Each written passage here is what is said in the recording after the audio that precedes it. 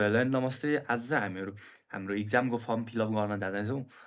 जसमा चाहिँ बिएससीको फर्स्ट इयरको चाहिँ यो हो। अनि यसमा चाहिँ हजुरहरूले यो भिडियो हेरेर चाहिँ हजुरहरूले आफ्नो फर्म चाहिँ कम्प्लिटली फिलअप गर्न सक्नुहुन्छ। सो आजको यस भिडियोलाई स्टार्ट गरौँ। अनि हाम्रो च्यानललाई सब्सक्राइब गरिदिनु होला। अनि यो भिडियोलाई चाहिँ लाइक गरेर आफ्नो प्रतिक्रिया कस्तो लाग्यो भनेर आफ्नो प्रतिक्रिया दिन नभुल्नु होला। सो आजको यस भिडियोलाई सुरु गरौँ। फर्स्ट अफ अलमा चाहिँ हजुरहरूले चाहिँ फर्स्टमा चाहिँ यो हाम्रो student dot like normally student dot यसरी पनि हाल्न सक्यो स्टुडेन्ट टियु इक्जाम भनेर हान्ने पनि आउँछ होला सायद। यो आयो होइन। अनि यसमा गयो। अनि यसमा गएपछि ल यो आयो।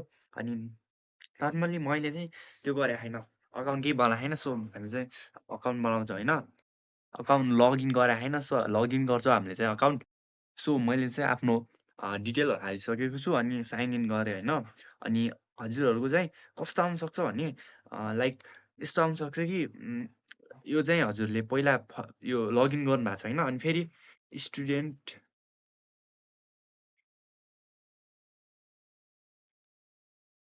डट यसमा अब फेरि गयो होइन। अब यस्तो हो, यस्तो देखाउन सक्छ कि यो चाहिँ हाम्रो केही सर्भरकै इरर वा कसैको इरर होला। यसमा सेसन चाहिँ स्टोर भएर रहेछ राम्रोसँग। सो हामीले चाहिँ यसलाई चाहिँ केही नगरेर साइन आउट गर्नुपर्छ क्या। अनि फेरि त्यहीमा जुन हो त्यही हान्नु पऱ्यो होइन। अनि यो चाहिँ यो भयो।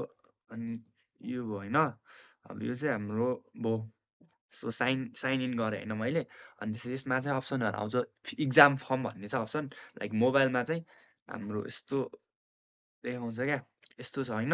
अनि डाइरेक्ट थ्री डटमा क्लिक गर्ने। अनि त्यसपछि हाम्रो चाहिँ हामीले इक्जाम फर्म भर्ने हो नि त। सो इक्जाम फर्ममा गयौँ। अनि यसमा चाहिँ हजुरहरूको न्यू फर्म पहिला चाहिँ यो चाहिँ केही भएर छैन। सो हामी चाहिँ न्यू फर्ममा क्लिक गर्छौँ होइन। न्यू फर्ममा क्लिक गरेपछि हाम्रो चाहिँ हुन्छ यतातिर भयो है। अनि यो चाहिँ सबै डिटेल पहिला अपडेट गरेको थियौँ नि त हामीले। रजिस्ट्रेसन फर्म भरिसकेपछि अपडेट गरेको थियो। सो त्यो चाहिँ यसमा सबै डाटाहरू देखायो होइन। यसलाई चाहिँ यो हो। अनि हजुरहरूको चाहिँ यसमा मेन ख्याल गर्नुपर्ने भनेको चाहिँ एउटा सब्जेक्टहरू सिलेक्ट गर्दाखेरि ख्याल गर्नुपर्छ। हजुरहरूको कोही झुक्यो भने फेरि झ्याउ हुन्छ होइन। सो मैले चाहिँ प्रम्प्ट बनाएको थिएँ एउटा एआईलाई दिएर। लाइक हजुरले पनि बनाउन सक्नुहुन्छ। तर यो चाहिँ हाम्रो पिएसएम कम्बिनेसनको लागि भनेर म चाहिँ पिएसएम कम्बिनेसनको। सो म चाहिँ पिएसएम कम्बिनेसनको बनाउँछु होइन। यो चाहिँ लाइक यस्तो दिएँ। अनि यो भयो है।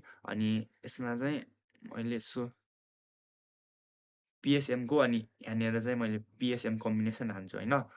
नेम यो कम्बिनेसन नेम। सो यहाँ चाहिँ मैले पिएसएम हाने होइन। अनि त्यसपछि यसमा चाहिँ दियो। अब मलाई लिस्टहरू दिन्छ हजुरहरूले। यो मैले चाहिँ यो जिमिनीबाट बनाएँ। अनि हजुरहरूले चाहिँ जुनसुकै हजुरलाई जुन सजिलो लाग्छ त्यहीमा गएर दिन सक्नुहुन्छ यो प्रम्प्ट। अनि यो चाहिँ मैले डिस्क्रिप्सनमा राखिदिन्छु। सो यसलाई कपी गरेर चाहिँ हजुरले कुन कुन सब्जेक्टहरू सेलेक्ट गर्ने हो त्यो चाहिँ हेर्न सक्नुहुन्छ होइन। अनि त्यसपछि अर्को छ हामी अब यो चाहिँ भयो है।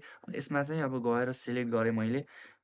फर्स्टमा चाहिँ मलाई के भनेको छ भनेपछि उम्, उम्, उम्, उम्, फिजिक्सको फिजिक्सको चाहिँ हामीलाई पिएचवाइटी 101 फिजिक्स थ्योरी यो है। यो पिएचवाई ल्याबोरेटरी र फिजिक्सको हाम्रो थ्योरी भन्ने आयो है। अनि त्यसपछि अब अर्को चाहिँ के भनेको छ भनेपछि यसमा स्ट्याट 101 स्ट्याट स्ट्याट 101। सो मेरो चाहिँ स्ट्याट पनि हो। सो 101 अनि स्ट्याट 101 यो पनि अटो लाग्यो। अनि त्यसपछि हाम्रो यो चाहिँ अङ्ग्रेजी चाहिँ अटो छ होइन। अनि त्यसपछि यसमा अब अर्को पऱ्यो मैले म्याथको क्यालकुलस र एनालिटिकल जियोमेट्री यो पनि ल यो भयो। अनि त्यसपछि यो सबै चेकअप सबै चेक बक्स चेक्ड भयो। अनि त्यसपछि अब हामीले यहाँ चाहिँ डिटेल हेर्नुपर्ने हुन्छ। अनि अर्को ख्याल गर्नुपर्ने कुरा भनेको चाहिँ हामीले यसमा चाहिँ फोटा लाइक 1 MB भन्दा कम हुनुपर्छ होइन। सो हजुरहरूसँग कम एमबीको अनि पछाडि ब्याकग्राउन्डमा व्हाइट छ भने चाहिँ डाइरेक्ट अपलोड गर्दा हुन्छ। नत्र चाहिँ हामीले यदि डाइरेक्ट ब्याकग्राउन्ड व्हाइट छैन अनि त्यसपछि त्यसलाई चाहिँ हाल्यो भने चाहिँ राख्यो भने यसले चाहिँ कस्तो देखाउँछ पछि लाइक सेभ गरौँ।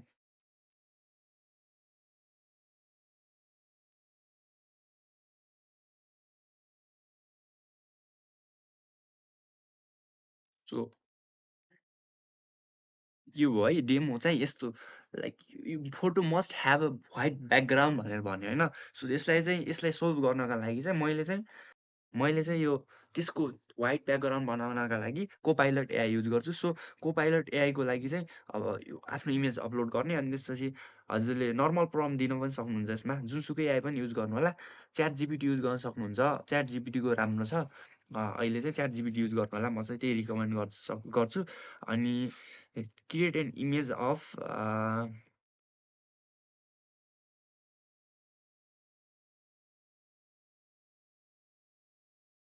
राखिए प्रम्प्ट अनि त्यसपछि यसले चाहिँ अब जेनेरेट गर्छ। अनि अर्को चाहिँ के हो भनेपछि अब यदि त्यो जेनेरेट गरेपछि पनि 1 एमबीको भन्दा हजुरको फोटाको साइज छ भने चाहिँ त्यो बाल भएन। अनि यदि हजुरहरूको फोटाको साइज चाहिँ 1 एमबी भन्दा धेरै धेरै धेरै भयो भने चाहिँ कम्प्रेस गर्नुहुन्छ। सो कम्प्रेसर भनेर सर्च गर्ने होइन। अनि त्यसपछि स्पेलिङ रङमा छ डाइरेक्ट हजुरहरूको यो फोटा जुन व्हाइट ब्याकग्राउन्ड भएको फोटा हुन्छ त्यो चाहिँ यसरी डाउनलोड भयो है। डाउनलोड गरेँ अनि त्यसपछि म चाहिँ यसरी राखिदिएँ अनि यसलाई चाहिँ अब कम्प्रेस गर्नुपर्ने भयो होइन। 1 एमबी भन्दा त कम चाहियो हामीलाई, त्यसको चाहिँ 1.89 एमबी रहेछ, 1.69 रहेछ। अनि यो चाहिँ 310 एमबी भयो। अब इमेज डाउनलोड गरेँ मैले, ल डाउनलोड भयो है। अनि त्यसलाई चाहिँ अब यसमा राख्दाखेरि अब अब भयो सेलेक्ट भयो है। अनि त्यसपछि यो भयो हाम्रो, अब एकचोटि हेर्नु होला यो चाहिँ कुन सब्जेक्ट सेलेक्ट भयो अनि ठिक छ कि नै भनेर चेक गर्नु होला, डबल चेक गर्नु होला किनकि राम्रो हुन्छ होइन। अब हाम्रो फिजिक्स ल्याबोरेटरी 50 मार्क्सको यो भयो।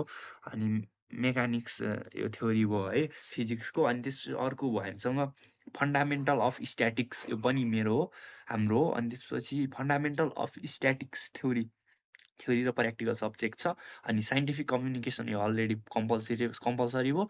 अनि क्यालकुलस चाहिँ हाम्रो चेक गरिसक्यो। अनि एनालिटिकल जियोमेट्री लाइक मैले यताबाट जे छ सबै त्यो ल्याएको छु होइन। अनि यसमा चाहिँ यो सब छ, यसमा पनि हजुरहरूले यही प्रम्प्टमा डिस्क्रिप्सनमा राखिदिन्छु अनि त्यहीबाट कपी गरेर चाहिँ हजुरले बनाउनु होला। अनि त्यसपछि अब हामी यसमा गयो होइन। अब यसमा चाहिँ सबै एकचोटि डबल चेक गर्ने अनि यसमा चाहिँ ठिक छ, यो सब ठिक छ, ब्याचलर एटलिस्ट ठिक छ है।